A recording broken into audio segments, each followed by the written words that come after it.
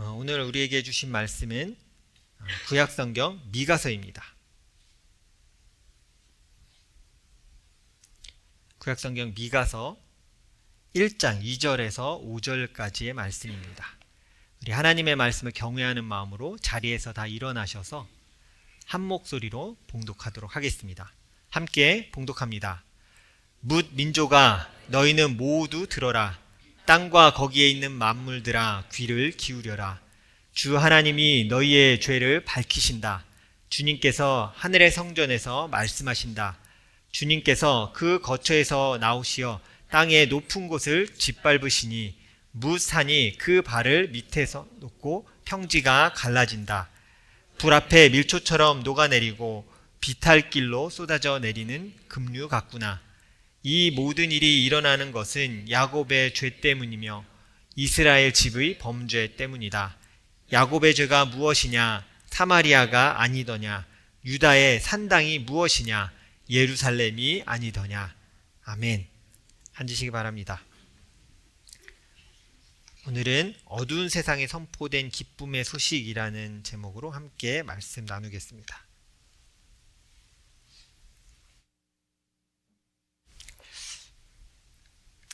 한 주간 잘 지내셨습니까?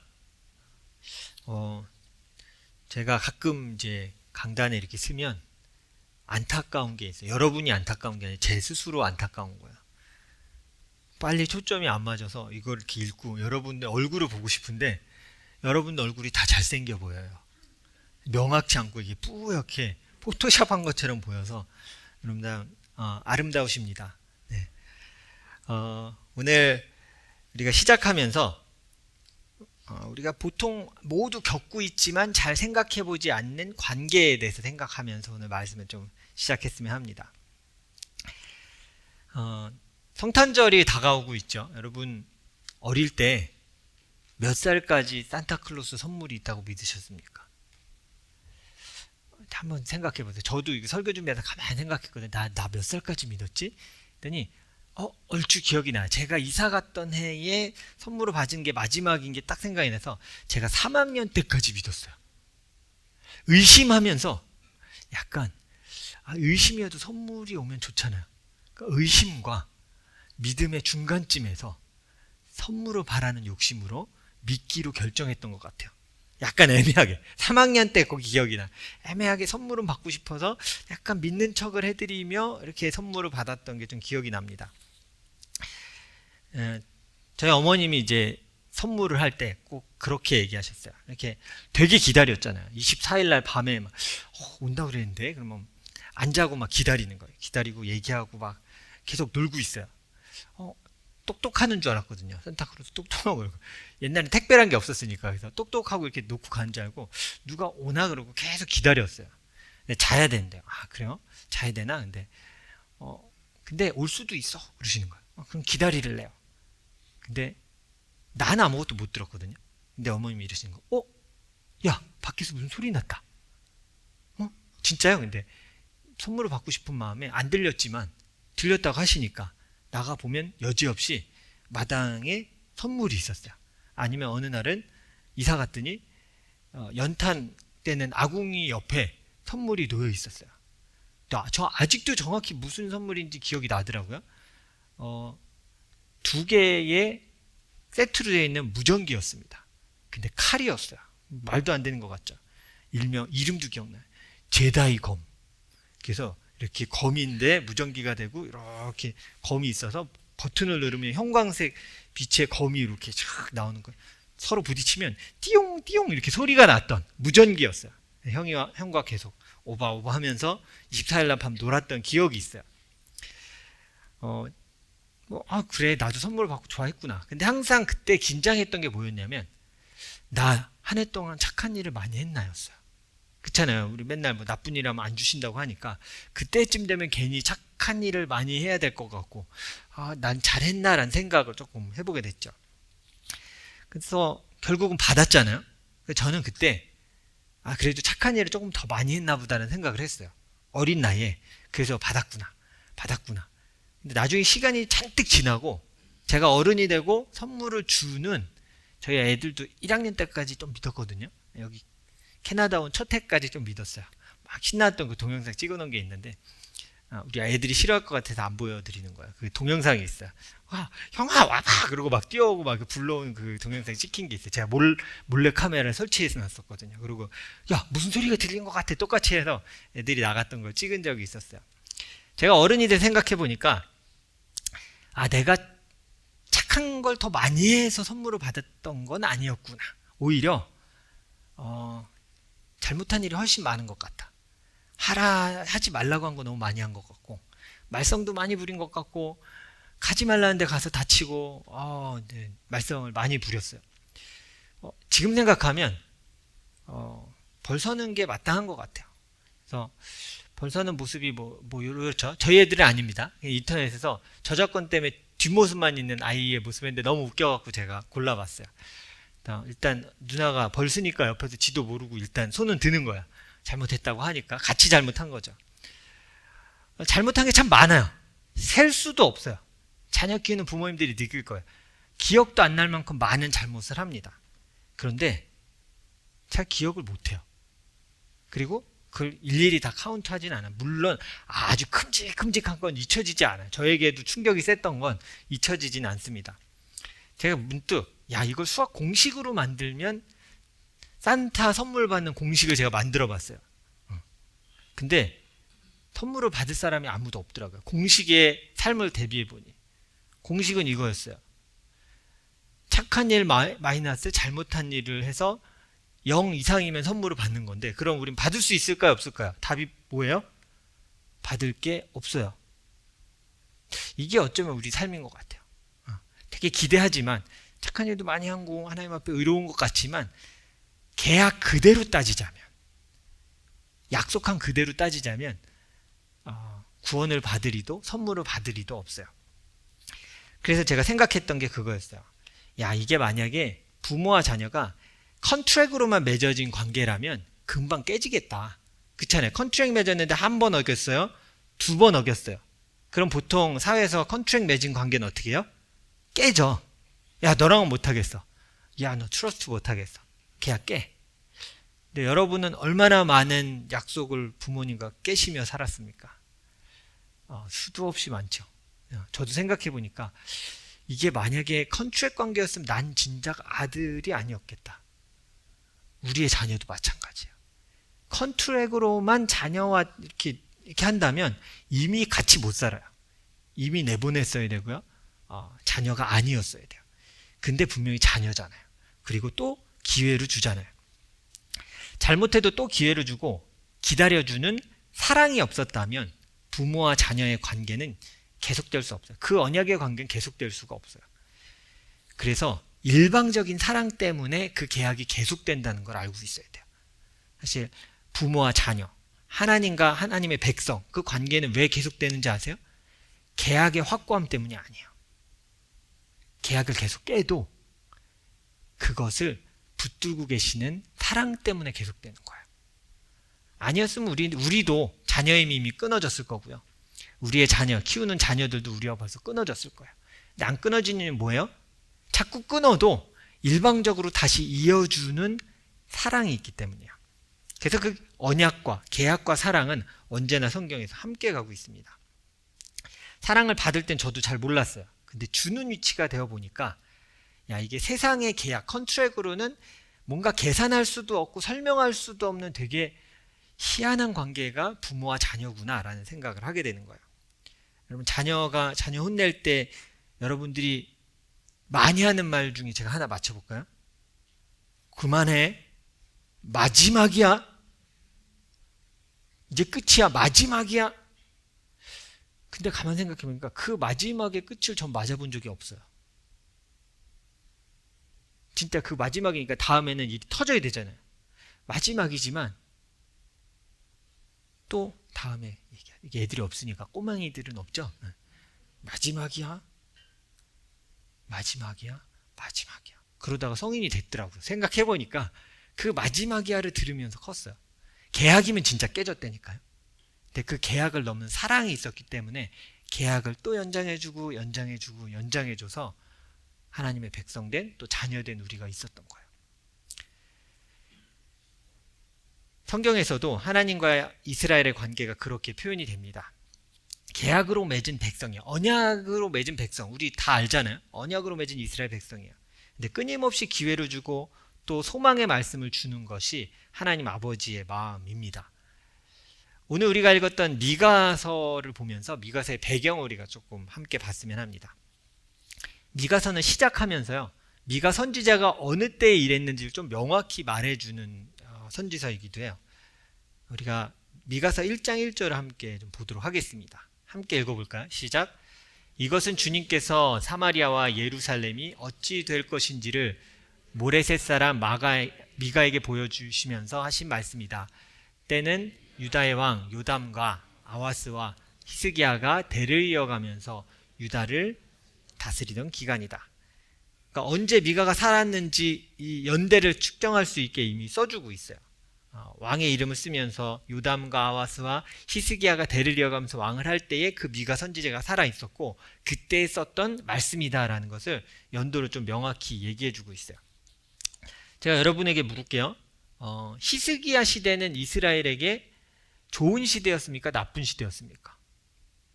좋은 시대였어요. 그 앞에 아버지의 왕들은 좀 달랐지만 그래도 히스기야는 종교 개혁을 하고 하나님에게 예배하는 것들을 회복하고 산당을 부시고 이런 일들을 잘 했던 왕이었어요. 근데 그런 시대에 살았던 미가 선지자가 좋은 얘기만을 이스라엘에게 하고 있지 않는 거예요. 멸망의 메시지를 선포하고 있어요. 우린 그걸 좀 보고자 합니다. 그래서 미가 선지자가 활동했던 연도를 보면요, BC 한 750년에서 690년 사이에 활동하면서 기록을 했겠다라고 우리가 추정을 해요. 풍요로운 시대였습니다. 근데 무엇을 선지자가 선포하기 시작했냐면 이제 이스라엘은 무너져 갈 것이다. 쇠퇴만이 남았다. 디크리징하고 다 무너져 내릴 거야. 이거를 선포하는 게 시작이 된 거야. 그래서 마침 이때 미가는 뭘 볼 수 있었냐면요, 북이스라엘이 멸망하는 걸 그가 볼 수 있었어요. 그가 살아있던 때니까요. 보통 우리가 말할 때 아까 750년부터 있었다 그러니까 BC 722년에 보통 멸망을 하니까요, 북이스라엘이. 그러니까 그걸 소문을 듣고 봤던 사람이에요. 어떻게 망했는지를 봤던 사람이에요. 그래서 미가 1장 6절에 이렇게 얘기하는 겁니다. 사마리아가 멸망했던 그 사건에 대해서 언급을 하고 있어요. 같이 읽어볼까요? 시작. 내가 사마리아를 빈들의 폐허로 포도나무나 가꿀밭으로 만들겠다. 그 성의 돌들은 골짜기에 쏟아붓고 성의 기초가 드러나게 하겠다. 예언했고 그대로 되는 것을 미가 선지자는 봤어요. 하나님 말씀하신 대로 북이스라엘이 망했구나. 우린 역사를 다 알고 있으니까. 그럼 그 다음은 누구예요? 유다잖아요. 유다에 대한 말씀도 여기에 함께 주고 계세요. 왜냐하면 이 당시에 이미 이방 민족에게 위협을 당하고 있던 때였어요. 아수르가 위에만 공격한 건 아니에요. 밑에도 공격했는데 멸망한 게 북이스라엘만 망한 거지 밑에도 동일하게 공격을 했었습니다. 유다도. 그래서 미가 선지자 1장 16절을 보면 유다에 대해서도 이렇게 말을 합니다. 같이 읽어볼까요? 시작. 너희는 사랑하는 아들, 딸을 생각하여 밀고 애곡하여라. 머리를 밀어 독수리처럼 대머리가 되어라. 너희의 아들, 딸들이 너희의 품을 떠나서 사로잡혀 갈 것이다.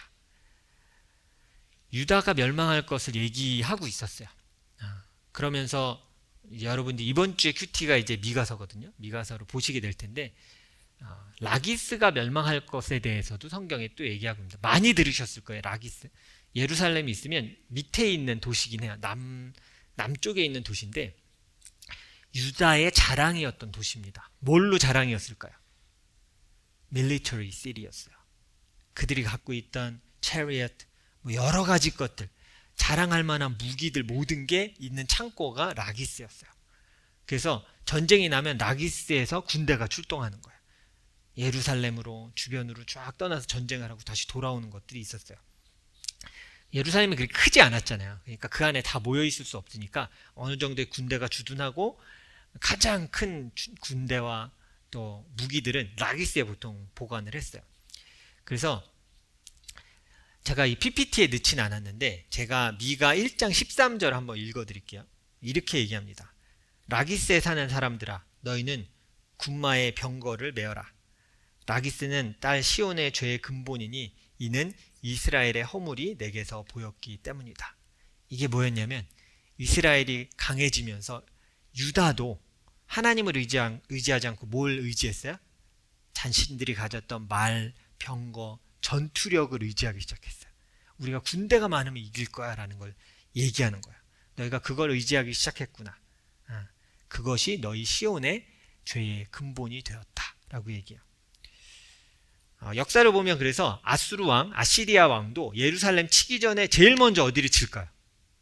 여러분이 왕이라면 제일 먼저 손발을 잘라야 되잖아요. 장기 두면 뭐부터 먼저 다 죽여야 돼요? 포와 차 먼저 마 다 죽여야 되잖아요. 체스에도 이름은 모르겠네. 체스에도 그런 게 있죠. 막 이렇게 막 넘어다니는 거 이런 거 있죠. 체스에. 그런 거부터 죽여야 되잖아요. 다 죽이고 공격할 수 있는 거 다 죽이고 그 다음에 함락을 하잖아요. 아시리아도 라기스를 먼저 공격했고요. 여러분이 알고 있는 남유다가 바벨론에 멸망하잖아요. 바벨론도 예루살렘 멸망 전에 뭐부터 멸망시켜요? 라기스부터 멸망시켜요. 그래서 손발을 다 묶어놓고 예루살렘을 함락을 하게 됩니다. 그래서 사실은 풍요의 시대인데 쇠퇴해가고 있고 몰락이 보이는 때에 미가 선지자가 선포하고 있는 거야. 너희 우리가 되게 풍요하고 잘 사는지 알지? 우리 좋은 땅에서 풍요롭게 살고 있는 것 같지? 우리의 죄 때문에 우리의 심판이 시작되었다. 이걸 얘기하고 있는 게 미가 선지자야. 결코 좋은 시대는 아니었습니다. 그래서 미가서는 암울한 미래에 대해 선포하기 시작해요. 그리고 이 모든 이유가 이스라엘 민족의 죄악이라는 것 때문이다 라는 것을 계속 선포하고 있습니다. 이스라엘과 언약을 맺으신 하나님 앞에서 그 언약을 저버린 백성들에 대한 심판이 올 것을 예언한 거예요. 근데 저는 미가서를 쭉 이제 설교 준비하면서 보면서 하나님 또 이러시네 이렇게 있었어요. 이게 뭐냐면 너희 풍요로운 것 같지? 너희는 망할 거야.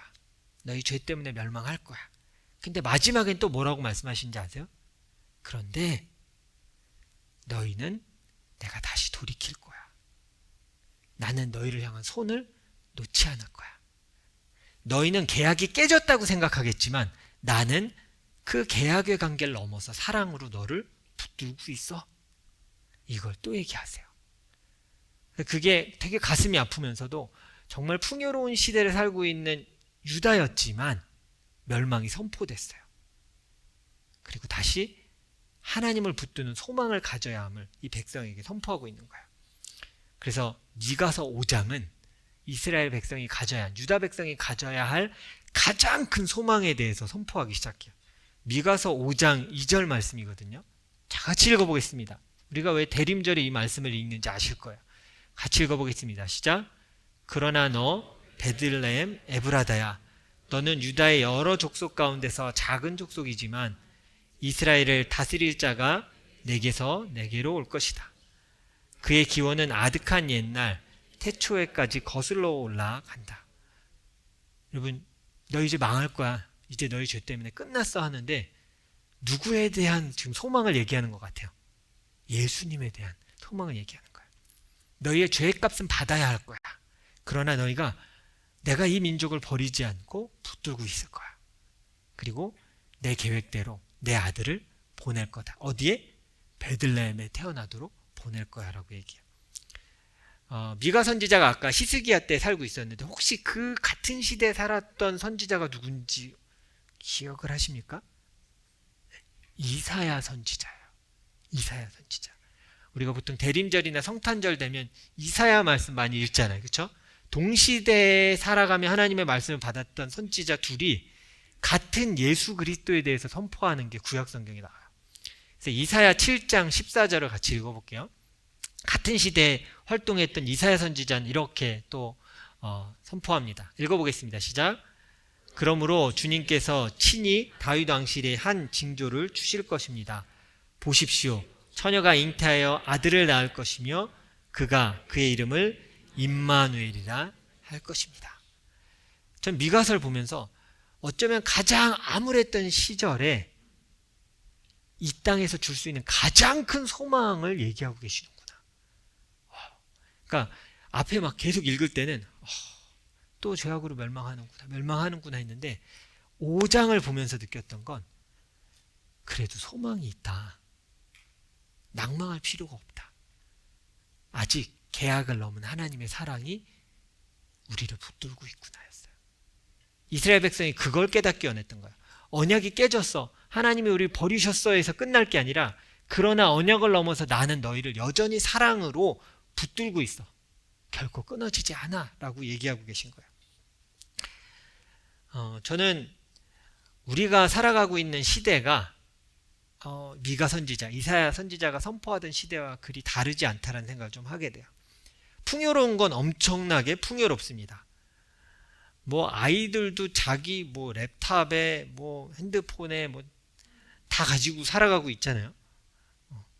먹는 게 없어서 한 끼도 먹지 못했어요. 그런 경우도 별로 없어요. 진짜 배고프면 푸드뱅크 가면 먹을 걸 얻을 수 있어요. 귀찮아서 안 가는 거야. 가면 먹을 수 있어요. 정말 어려울 때 가서 필요한 걸 얻는 기쁨. 첫 해 크리스마스는 저희도 그걸로 버텼었거든요. 밀가루 이만한 푸대와 막 소세지와 되게 많이 줘요. 크리스마스 때. 저희 애들이 설탕을 받고 나면 우리 애들이 그렇게 좋아할 줄 몰랐어요. 와, 설탕이다. 뭐 만들어 먹을지도 모르면서 설탕 거기 이제 물론 하두일 장난감 몇 개 들어 있었어요. 이제 그거 보고 막 좋아했었죠. 여러분, 우리가 살아가고 있는 시대 풍요롭지만 그리 낙관적이지 않습니다. 여러분 뉴스 보세요. 경제가 낮을 거라고 얘기합니까? 상황이 낮을 거라고 얘기해요? 우리 청소년들 잡이 많아질 거라고 얘기해요? 세상에서? 큰일 났잖아요, 여러분들. AI와 싸워야 하는, 로봇과 싸워야 하는 세대들. 우리도 마찬가지예요. 내 직업이 계속 갈지 아닐지도 모르는 시대를 살아가고 있어요. 미래도 안 보이고 암울해요. 이러고 있어요. 전 보면서 그러네. 되게 풍요로운 것 같은데 모든 사람이 걱정에 빠져서 두려워하는 시대네. 소망이 없다라고 생각하네. 근데 그때에 성경은 얘기해요. 누가 너에게 가장 큰 소망이냐? 이미 나는 그를 너에게 주었다.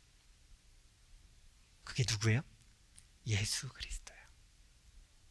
상황적으로, 세상으로, 물질적으로 살아가는 건 아무 소망이 없어요. 근데 분명한 건 나는 너에게 나의 모든 것을 내어주었다고 하나님 말씀하시는 거예요. 오늘 미가 선지자가 선포하는 게 그거예요. 멸망이 시작됐고 힘들 거야. 그러나 난 너희를 놓지 않았다. 너희가 나를 소망으로 여기고 나를 붙든다면 내가 널 끝까지 붙들 것이고 살아남게 할 것이고 살아가게 할 것이다. 나는 너의 소망이 되어야 한다. 그 말씀 앞에서 아멘으로 고백할 수밖에 없어요. 요즘 상황이 또 교인들 신방하고 만나고 해보면서 어느 누구도 쉬운 상황이라고 말할 수 없어요. 목회자의, 제가 전에 그 얘기 했잖아요. 목회자의 제일 어려운 점은 성도들의 가장 어려운 때만을 만날 때가 많아요. 어려울 때 연락이 오고 어려울 때 만나고 목사님 어떻게 해요? 끊임없이 최고의 그 고난과 환난의 자리에 노출돼요. 그러면 이게 어느 순간 감정이 다 녹아내려요. 계속 그것만 만나니까. 그러니까 와 목사님 좋은 일이 있어요. 그러고 제 집에 와서 막 저를 안아주는 분은 안 가시거든요. 목사님 너무 좋은 일이 생겼어요. 그런 일이 없어요. 때로 이렇게 마음이 녹아내려요. 하나님 내가 힘이 없어요. 나를 도와주세요. 우린 소망이 없다라고 여기면 이 땅을 살아갑니다. 직업이 없어지고 열심히 일해도 사람들이 살아가기가 점점 어렵다고 느끼고 있어요. 단 한 명도 제가 신방하면서 목사님 요즘 살만합니다 목사님. 좋은 세상이요. 한 명도 못 봤어요. 제가 다 살기가 힘듭니다 목사님. 너무 어려워요. 맞아요. 우리 그런 시대를 살아가고 있습니다. 그것뿐만이겠습니까? 가정이 깨지고 사람들이 외로움을 호소해요. 우리가 살아가고 있는 이 시대는 그리 낙관적이지 않아요. 절망을 얘기하고요. 더 어려워질 거라고 얘기한 시대를 살아가고 있습니다. 시대가 바뀌었어요. 인정해야 돼요. 맞아요. 어려워질 거예요. 그럼 소망 없이 살아갈 겁니까? 성경은 우리가 소망 없이 살아가고 있음에 대해서 얘기하고 있어요. 성경은 사실 그 시대도 그렇고 이 시대도 소망 없이 살아가는 사람들이 많아졌어요. 그리스도인들조차도 이 땅에서 믿음을 가지고 살아간다고 얘기하면서 소망이 없어. 그만했으면 좋겠는데. 여러분, 그리스도인이라고 이런 생각이 안 드는 게 아니에요. 끊임없이 들어요. 어쩌면 우리가 이런 소망이 없는 시대를 살아가고 있기 때문이에요. 그럼 여러분 어떻게 하실 거예요? 근데 오늘 성경은 명확히 얘기하고 있어요. 나는 이미 너희에게 가장 큰 소망을 주었다라고 얘기해요. 여러분, 우리는 성탄절을 기다리며 대림절을 보내고 있습니다. 여러분 혹시 느끼세요? 어느 성탄절 때보다도 사람들이 설레어하는 거, 기대하는 마음이 별로 없어요. 혹시 저는 엄청 기대하는데, 목사님 거짓말쟁이, 나는 엄청 기대해요. 저를 찾아와서 저를 한번 안아주세요. 저도 그 힘을 좀 받고 싶습니다. 다들 거리에 나가보세요. 다들 그냥 크리스마스, 장사하려고 크리스마스지 별로 기대하지 않아요. 우리 부서들 막 준비하고 막 하고 있는데 기쁨으로 하고 계시죠? 이러면 안 되는데. 기쁨으로 하고 계시죠? 네. 지나? 하고 있어요. 어느 순간 우리도 성탄절을 기대하며 엄청나게 기대하고 설레는 이런 것들이 어른들도 사라지고 아이들도 점점 사라지고 있어요. 죄송합니다, 하나님. 제가 고백할 수밖에 없더라고요. 우리에게 가장 큰 소망이 무엇인지 잊혀진 것 같습니다. 예수가 아닌 다른 더 많은 것들이 생겨야 될 것 같고, 하나님 아닌 다른 것들, 내가 원하는 것들이 더 채워져야 될 것 같고, 그러면 내가 좀 더 소망이 있을 텐데라고 말하며 이 땅을 살아가고 있더라고요. 물질적으로는 풍요로운 시대입니다. 그러나 소망이 없는 세상임을 보게 되는 거예요. 우리 스스로의 삶을 돌아볼 때도요. 그게 현실입니다. 멸망의 예언을 들어야 하는 이사야 시대, 미가 선지자의 시대와 그리 다르지 않은 거예요. 교회는 많지만 하나님의 말씀을 따라서 살아가기 위해 애쓰는 사람들은 적어지고 있고요. 자신들의 생각, 이익을 위해서 신앙과 믿음을 이용하는 사람들은 점점 많아지고 있어요. 이사야 선지자, 미가 선지자의 시대와 동일하게 이 시대에도 소망을 이야기하기 어려운 시대가 된 거예요. 교회에서조차. 소망은 예수님 한 분이십니다. 이 얘기하기를 힘들어진 시대가 된 거예요. 교회에서조차 잘 얘기하지 않는 시대가 된 거예요. 그리고 그 소망을 선포해봤자 아무도 소망으로 받아들이지 않는 시대가 되어버리는 거예요. 너무 죄송했어요. 주님, 기뻐하며 소망하며 성탄절을 기다리지 못하고 있는 것 같습니다. 근데 그게 나의 문제였습니다. 제일 큰 소망이 무엇인지 분간하지 못하고 있었습니다.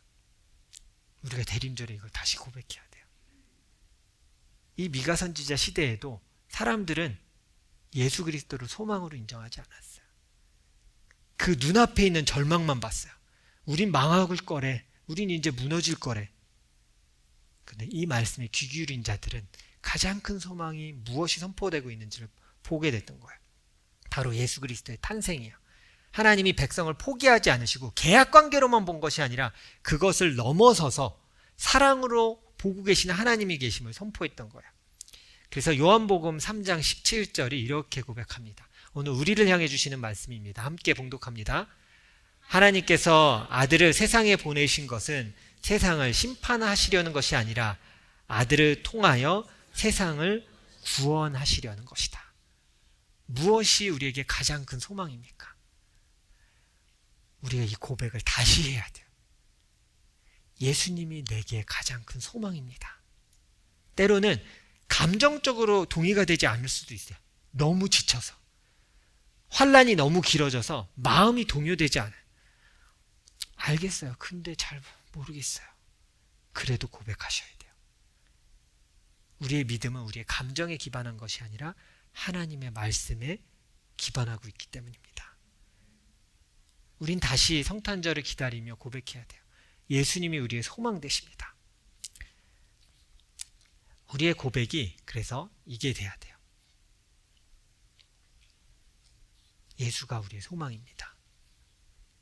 이 소망이 나에게, 우리에게 있습니다. 미가 선지서 5장을 보면요, 4절 5절을 보면 그래서 이렇게 표현하고 있습니다. 같이 읽어보겠습니다. 시작. 그가 주님께서 주신 능력을 가지고 그의 하나님이신 주님의 이름을 지닌 그 위엄을 의지하고 서서 그의 때를 먹을 것이다.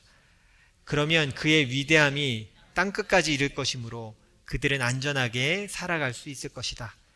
그리고 그는 그들에게 평화를 가져다 줄 것이다. 예수님이 그를 믿는 자들에게 하시고자 하는 것들을 미가 선지자는 선포했어요. 구약시대뿐만이 아니라 오늘을 살아가는 예수 그리스도를 주로 고백하는 모든 사람들이 이 땅에서 가질 수 있는 소망에 대해서 선포하신 거예요. 우리는 하나님의 언약으로만 살아가는 자녀가 아닙니다. 우리가 자칫 여기에 빠지면요, 하나님 날 안 도우시나 봐, 난 똑바로 안 살아서 하나님 벌 주셨나 봐, 여기에 사로잡혀서 그냥 살게 돼요. 여러분, 우리는 언약을 뛰어넘는 하나님의 사랑으로 살아가는 자녀입니다. 아멘. 그 사랑이 예수님이라고 성경이 얘기하는 거예요. 아까 요한복음에 읽은 그 선물이 예수님이에요. 저는 여러분에게 이렇게 얘기하고 싶습니다. 풍요로운 시대에는 언약을 기억해야 돼요.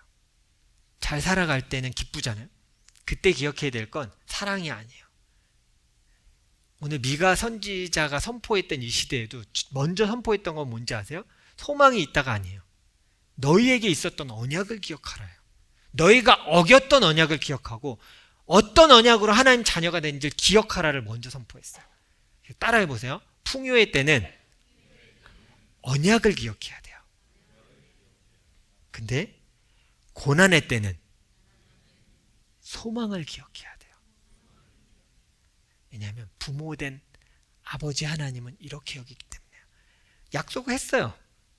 근데 그걸 뛰어넘는 사랑이 있거든요. 부모와 너무 관계도 좋고 너무 모든 게 좋아요.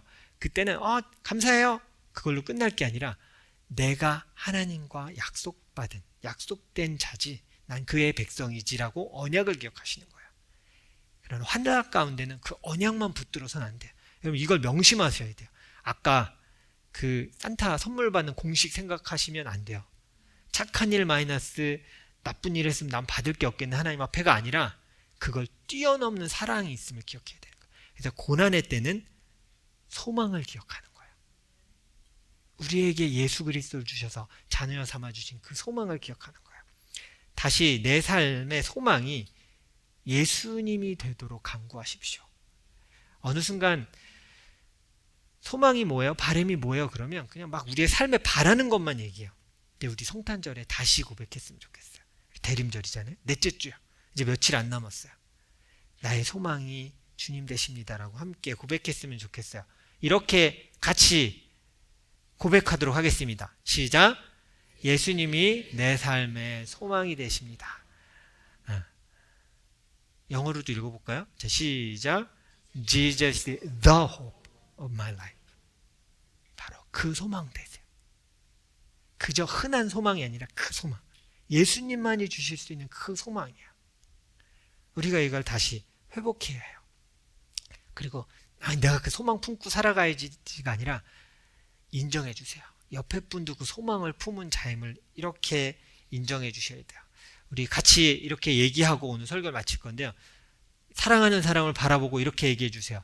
당신은 가장 큰 소망을 가진 하나님의 사람입니다. 시작. 당신은 가장 큰 소망을 가진 하나님의 사람입니다. 오늘 미가 선지자가 절망을 얘기하다가 소망을 얘기하면서 이걸 얘기하는 거야. 잊지 마라. 환난 가운데 있든 멸망에 가든 포로로 쫓겨가든 어디에 있든 너희는 가장 큰 소망을 가진 하나님의 백성이다. 막 울고 싶었어요. 감사합니다. 맞아요. 착한 일 마이너스 하나님 앞에 잘못한 걸로 따지면 난 아무것도 못 받을 것 같습니다. 그러나 그 계약을 넘어서 사랑으로 날 붙들어 주셔서 감사합니다. 예수님만이 나의 소망 되십니다. 우리가 다시 이 고백을 성탄절을 앞두며 며칠 남지 않았지만 마음을 다하여 다시 우리의 소망을 외치며 이 땅을 살아가기를 바랍니다. 여러분은 가장 큰 소망을 가진 하나님의 백성입니다. 함께 기도하겠습니다.